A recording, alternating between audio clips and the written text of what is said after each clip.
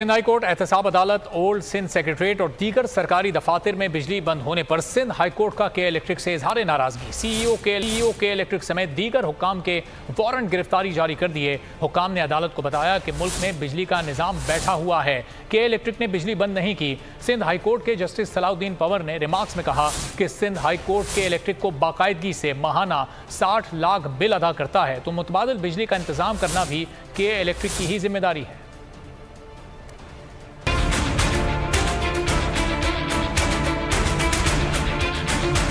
अदालतों में बिजली की बंदिश से अहम केसेस तातुल का शिकार, अवाम परेशान।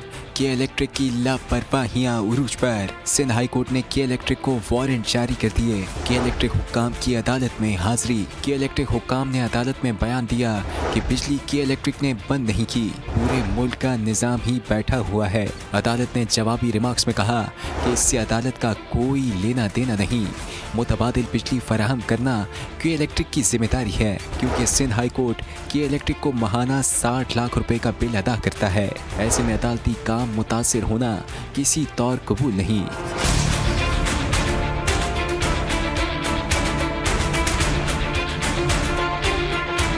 जस्टिस सलाहुद्दीन पहनूर ने कहा, वर्किंग डेज में कम से कम अदालतों की बिजली बंद नहीं की जानी चाहिए।